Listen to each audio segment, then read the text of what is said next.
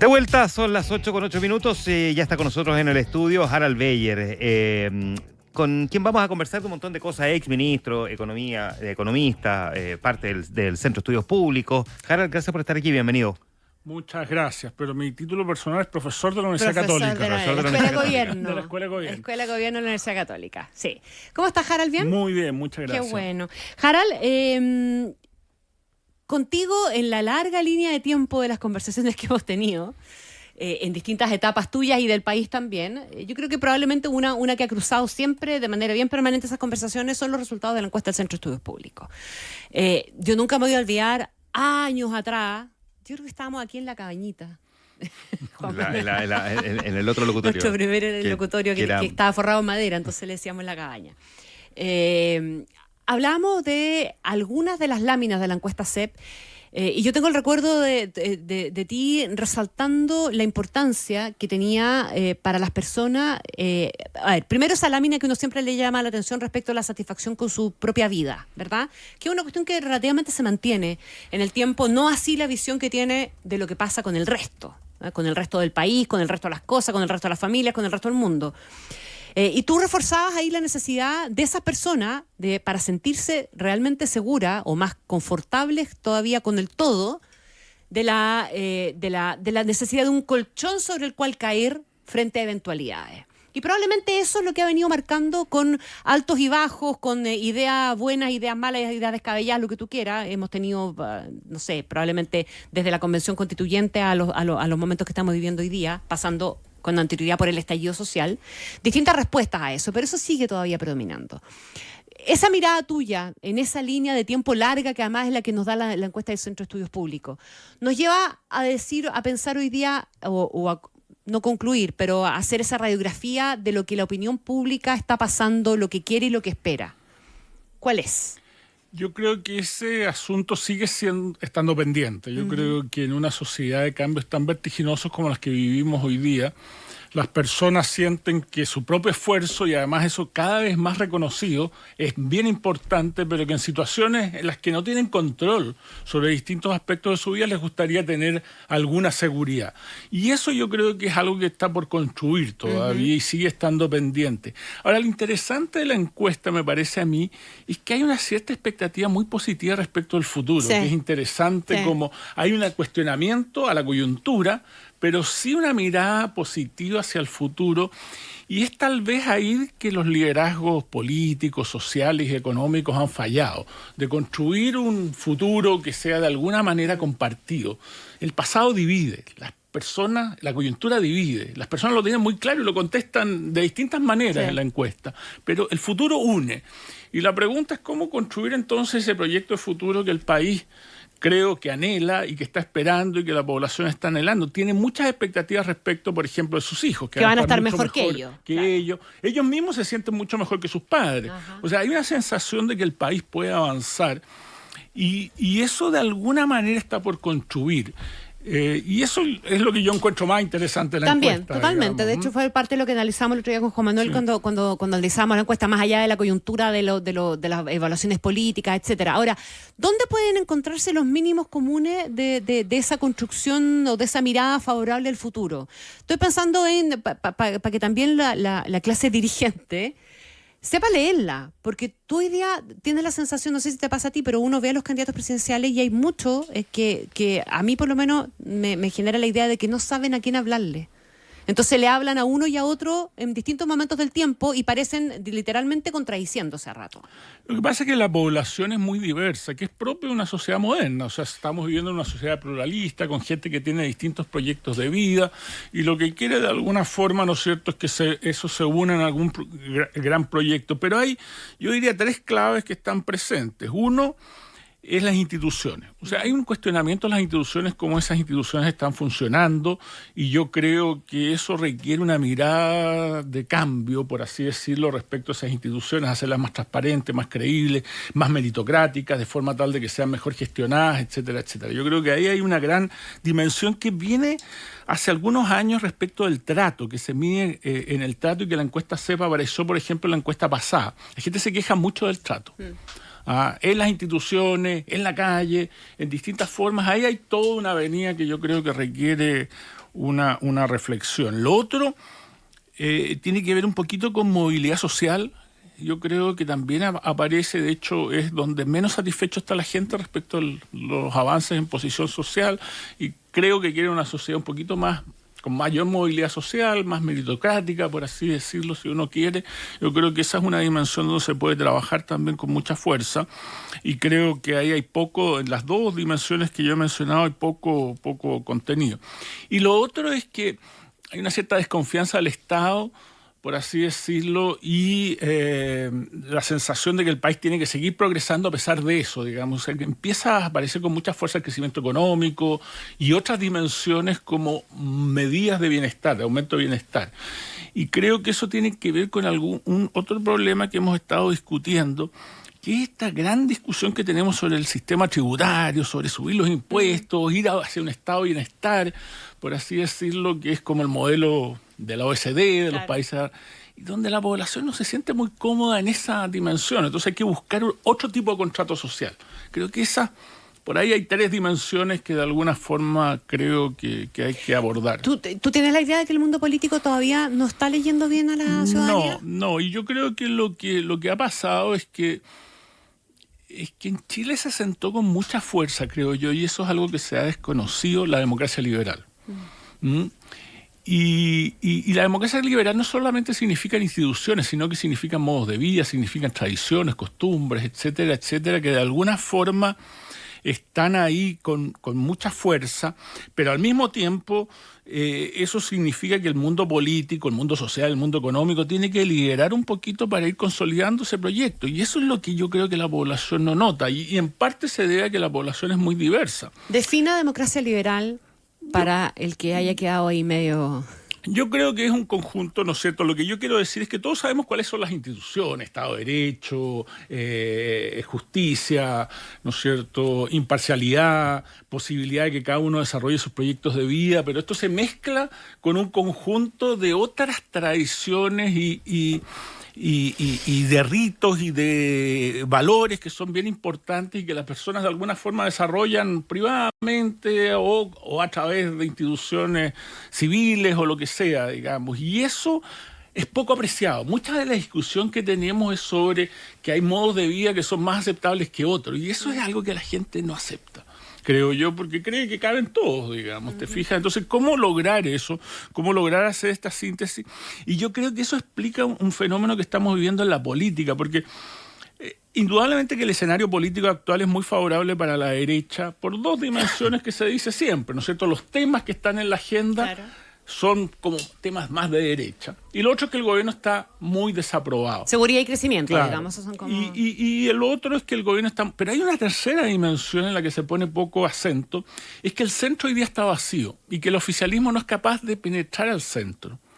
Y yo creo que eso quedó muy marcado por la primera convención constitucional, porque de alguna forma se produjo una cosa transformadora, llámenlo radical, como ustedes quieran llamarlo, pero que no reconocía de alguna forma esa democracia liberal que hemos estado instalando. Y eso dañó mucho al oficialismo en términos de su capacidad para llegar al centro, ¿no es cierto? Ahí hay una cosa, y la derecha, claro, tiene una oportunidad hoy día en ese escenario, pero si no es capaz de proyectarla, digamos, y de entenderla y acomodarla, no puede ser que gane la elección, pero no va a lograr realmente tener un proyecto que sea aglutinador. Y solo para terminar este punto y pasando ahora a la educación, si estamos digamos, en esta realidad como la estamos describiendo ahora, ¿qué podría uno esperar entonces en el futuro cuando tengamos un nuevo presidente, independientemente de quién sea, digamos? Bueno, yo creo que todavía estamos muy pronto para evaluar, pero las candidaturas, uno no lo nota, digamos, se dan cuenta que tienen un problema, o por lo menos varias de esas candidaturas se dan cuenta que tienen un problema y están tratando de construir un proyecto que sea un poquito avance en esta dirección. Vamos a evaluar un poquito más adelante si eso se logra, si hay un mensaje de futuro, si hay un poco esta idea de acoger los distintos modos de vida y transmitirlo, digamos, en políticas concretas que faciliten esa posibilidad, si hay una intención de construir mejores instituciones. ¿No es cierto? Todavía está muy verde pero si no son capaces, yo creo que no va a haber capacidad de aglutinar, y los presidentes, cualquiera que sea, va a ser muy impopular muy pronto. Y eso va a volver de nuevo, porque da la impresión de que la reforma política no tiene mucha viabilidad, va a volver a esta situación de fragmentación, de poca capacidad de cooperación, digamos, entre el Ejecutivo y el Congreso, y ciertamente vamos a perder de nuevo, ¿no es cierto?, un momentum que está ahí abierto, y vamos a seguir observando tal vez cierto distanciamiento de la democracia, digamos, ¿no es cierto?, que también aparece en la encuesta CEP, que es la evaluación más baja de la democracia como alternativa preferible de gobierno desde que se ha hecho esa pregunta en la encuesta CEP. Pasemos, ya, que me quedaría pegada ahí en la valoración de la democracia. Un segundito. Un segundo porque inquieta, ¿verdad? Y uno se pregunta si tiene que ver con un tema generacional, si tiene que ver con un tema de falta de memoria, de construcción de memoria. ¿Con qué lo relacionas tú? No, yo creo que tiene que ver con esta incapacidad de abordar estas grandes dimensiones que yo acabo de mencionar y que se refleja, déjenme resumirlo de manera simplificada, en esta ausencia de proyecto futuro compartido. Todos los países que son exitosos, digamos, de alguna manera tienen más o menos un proyecto de futuro compartido, que eso no significa que no haya matices al interior de las distintas coaliciones políticas, pero más o menos se sabe. En algún momento lo tuvimos. El éxito de la concertación de alguna forma tuvo que ver con eso, ¿no es cierto? El crecimiento con equidad, tenía distintos nombres. La recuperación de la democracia. La recuperación de la democracia, ¿no es cierto? Había un proyecto compartido que de alguna manera se instaló y explicó el éxito de esta coalición. Y que fue compartido por gran parte de la población, digamos. Cuando las coaliciones tienen éxitos, porque eso se comparte por una amplia gama de la población. Ahora hay que construir un poquito eso y no hemos podido en los últimos años. O sea, esta década de bajo crecimiento, de baja productividad, de bajo empleo, de problemas de seguridad, tiene mucho que ver con todo eso también. Ya, vamos a educación. Lamentablemente hemos estado hablando poco de educación porque, aunque resulta increíble, este es un gobierno cuya dirigencia se formó, nació del tema educacional y aparentemente la coyuntura terminó comiéndose el tema. Pero tenemos hoy día puestos en la agenda un par de cosas, o al menos un par de cosas que sí están tomando cierta discusión pública, Harald. Uno es el famoso FES, el fondo con el cual el gobierno pretende terminar el CAE y cambiar el sistema de financiamiento de la educación superior, con la discusión que se está armando además también entre el Ministerio y las universidades privadas por los aranceles regulados. ¿Dónde está el conflicto ahí? Y conectémoslo luego también con las posibilidades que tú le ves al fin del CAE y las ventajas o no que pueda tener este nuevo sistema de financiamiento. Hay tres cosas que se analizan como parte del mismo paquete, pero que son distintas. Uno, diría yo, es la condonación del CAE para un grupo, para los actuales endeudados, ¿no es cierto?, que tiene un camino. Después está el nuevo sistema de financiamiento estudiantil, que es otro camino, y finalmente los aranceles regulados, que no tienen que ver necesariamente con el nuevo sistema de financiamiento estudiantil, ¿no es cierto? Y estas tres cosas se deben analizar separadamente. ¿Dónde está la base del conflicto, creo yo? Hay dos factores que son tremendamente importantes. Uno es que los aranceles regulados, no solamente a las universidades privadas no tradicionales, sino que también a algunas instituciones del CRUCH, le significa una caída de ingresos, digamos, ¿no es cierto? La forma que se están definiendo los aranceles regulados significa una caída en los ingresos y nadie entiende muy bien cómo se han definido estos aranceles regulados. Se sabe cuál es el anuncio, el titular, digamos, no sé, eso la base de los costos de carreras similares, pero una vez que se aplican, por ejemplo, hay toda una discusión respecto de derecho, que quedó con un arancel muy bajo, ¿no es cierto?, en el último paquete, que todavía no está sancionado completamente, pero los aranceles de derecho quedan muy bajos. Y la pregunta es ¿por qué? ¿Por qué una carrera de pizarrón? Teóricamente, claro, digamos. Por eso, en la teoría. Pero en el fondo se sugiere, cuando uno se mete en la resolución y ve los modelos que están detrás y los supuestos que se hacen. Esto se dijo hace 10 años atrás. Sí, se dice, oye, pero qué raro todo esto, digamos. Y las pedagogías, estamos con una necesidad de formar profesores mucho mejor, y cuando uno ve los aranceles regulados de las pedagogías y todos los desafíos que tiene la pedagogía, uno no entiende por qué quedaron en ese nivel, digamos. Entonces hay una serie de problemas asociados a eso, y eso está significando menores ingresos para las universidades. Cuanto menos, es toda una discusión, digamos, pero estamos hablando perfectamente de 130, 140, 150 millones de dólares menos que tendrían de ingresos las universidades. El gobierno, me da la impresión por la discusión, cree que las universidades tienen muchas rentas, digamos, y que les sobra la plata, digamos. Ahí la verdad es que no es así. Si uno mira a nuestras mejores universidades, o las universidades más selectivas tienen del orden de $11.000 de financiamiento, de gasto operacional por estudiante. Para darles solo un ejemplo, la Universidad de Sao Paulo, para no compararnos con las otras universidades de países más ricos, la Universidad de Sao Paulo tiene 22.000. Yeah. Y claro, y la Chile y la Católica compiten con esa universidad, ¿se fijan? Entonces ahí hay una discusión. Y lo otro tiene que ver, la otra dimensión que es complicada, es cuánto van a aportar los estudiantes que reciban financiamiento. Las simulaciones que ha hecho el propio Mineduc sugieren de que hay estudiantes que han aportado hasta 10 veces lo que les presta el gobierno, digamos, o el Estado. Hay muchos con 5 veces, digamos. Entonces se dice, bueno, esa cuestión es expropiatoria, digamos, con razón, digamos. Si yo me prestan 1 y devuelvo 10, algo no está bien. Y esa cuestión está generando también una discusión muy grande. ¿Cuál fue tu impresión respecto de cómo el gobierno defendió la manera en que generó este cambio entre el crédito con aval del Estado y ahora el FES? O sea, yo creo, yo presenté cuando fui ministro en 2012 un proyecto de ley que tiene elementos que son muy parecidos a esto, digamos. La estructura del proyecto yo creo que es correcta, digamos. El problema está en los parámetros, por así decirlo. Y uno de los parámetros es esta devolución exagerada que le pide a algunos estudiantes que les va bien. Y eso genera, claro, yo entiendo por qué, porque eso genera una redistribución interna en el sistema que pasa a ser solidaria fuera del sistema tributario. Y eso que sea fuera del sistema tributario es ilógico, digamos, y genera una serie de distorsiones que complica la acumulación de capital humano, incluso de capital físico, por la forma en que cobra el FES, porque el FES cobra sobre todos los ingresos de las personas, no solamente sobre los ingresos del trabajo. Entonces tiene un problema, genera distorsiones. Y no sé muy bien por qué abrazó esto el gobierno. Yo creo que está como una cosa fiscal, entonces esto le permitiría... Yo creo que está como una cosa fiscal. No, detrás de esto, pero no debiera ser esta la manera, sí, claro, ¿te fijas? Claro. Y lo otro es que este empecinamiento en perjudicar un poquito los ingresos de las universidades sobre la base, creo yo, de que las universidades... Son todas ricas. Están gastando en cosas que no son necesarias y podrían gastar... o sea, si tienen menos van a dejar de gastar en esas cosas innecesarias y redirigir... Yo me acuerdo cuando se discutía el tema de los aranceles regulados, uno ponía como ejemplo, no sé, la piscina temperada de la universidad no sé cuánto. Claro. ¿Tiene que pagarla? ¿Tiene que estar dentro de la consideración del arancel regulado? ¿Tiene que estar o no? Porque es parte del sello de la universidad también. Es parte del sello y hoy día la infraestructura es bien importante en términos de la decisión de las universidades. Lo hemos visto en Europa, lo hemos visto en Estados Unidos, de cómo elige un joven en la universidad. Sí. Todas estas cosas importan, digamos, porque el joven pasa gran parte del tiempo en la universidad.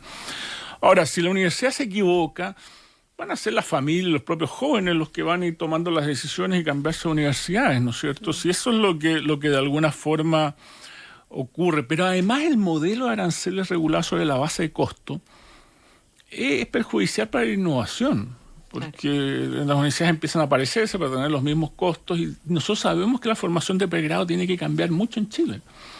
Tiene que innovarse, tiene que ser una primera etapa mucho más corta de la que es hoy día. Este modelo, curiosamente, no incentiva la innovación. Entonces, a pesar de que el ministro sentado hoy mismo la otra vez dijo que una de sus obsesiones era empezar a hincarle el diente a eso. Claro, pero a la reformulación es curioso que el sistema de financiamiento, que es un instrumento para también producir innovación y ponga cambiar, los incentivos correctos o no. No pone los incentivos correctos, porque pone sobre base de costos de carreras similares y por lo tanto todos van a ser iguales y van a haber ahí un lobby creciente para financiar lo que hay y no para lo que debería financiarse, ahora, que es un sistema mucho más articulado. ¿Aplica en el caso del FES, Harald Beyer, como idea para reemplazar el CAE, la lógica que de alguna manera también primó, no fue lo más importante, pero sí estuvo puesta ahí, ¿verdad?, de que si no hacíamos nada, todo iba a ser peor? Un poco el argumento que también se ha instalado después del resultado del informe de la Comisión de Paz y Entendimiento. No hacer nada, a la larga, también es peor. No terminar con el CAE es también peor. O sea, yo creo que hay que terminar el CAE y eso fue lo que nosotros tratamos de hacer el 2012, digamos, cuando yo fui ministro. ¿Y por qué? Porque en ese momento ya sabíamos que la tasa de cobro era baja. Claro. Porque no hay muchos incentivos a cobrar tal como está diseñado el sistema. Entonces nosotros en ese momento dijimos, ya, desaparecen los bancos, esto se financia con el Estado, y se retiene a través de impuestos internos, que es lo mismo, la misma elemento básico que tiene el FES, eso todo el mundo lo comparte, yo creo. Y indudablemente que de haberse aprobado en ese momento estaríamos en una situación de mucho más sostenibilidad fiscal en esta dimensión de lo que estamos hoy día. Hoy día estamos gastando $500 millones todos los años para las garantías del crédito con aval del Estado que nos está comprando. Y eso va a seguir aumentando, digamos. Entonces, si no cambiamos esta cosa, vamos a tener un problema grave. Ahora, ¿cuánto se percudió de todas formas esta discusión de lo ideológico con la que venía acompañada inicialmente? Lo que pasa es que, claro, venía con la discusión de la gratuidad, ¿no es Sí. cierto? O sea, la demanda estudiantil era educación gratuita, pública y de calidad, digamos. La gratuidad al final ha significado 2.500 millones de dólares. Es un costo relativamente alto y no ha significado ninguna innovación, por así decirlo, en la formación universitaria. O sea, el Estado ha gastado, según la OECD, 0,7 puntos porcentuales del PIB adicionales, o sea, estamos hablando de 2.400 millones de dólares más o menos, ¿no es cierto?, adicionales, sin ningún efecto concreto en el sistema de educación superior que diga que las cosas van mejor. Más allá, más allá del no más pagar, allá de digamos, que reemplaza gasto privado por gasto público. Entonces, ahí falló, digamos, el diseño y creo que se quedó con el discurso y no se pensó adecuadamente en cuáles eran las mejores alternativas. Entonces, hoy día hay que pensar bien cómo toda esta combinación de aranceles regulados con financiamiento no perjudica a las universidades por una parte y al mismo tiempo permite hacer estas innovaciones que de alguna forma todos aspiran en la formación de pregrado. Uh-huh. Que hoy día estamos quedando muy atrás respecto a lo que están haciendo otros países. Ya. Nos faltó tiempo para hablar de tantas otras cosas. La economía, como siempre. Por ejemplo. Ya, pero esa es una buena razón para juntarse de nuevo. Harald Beyer, gracias por venir a conversar con nosotros. Muchas gracias.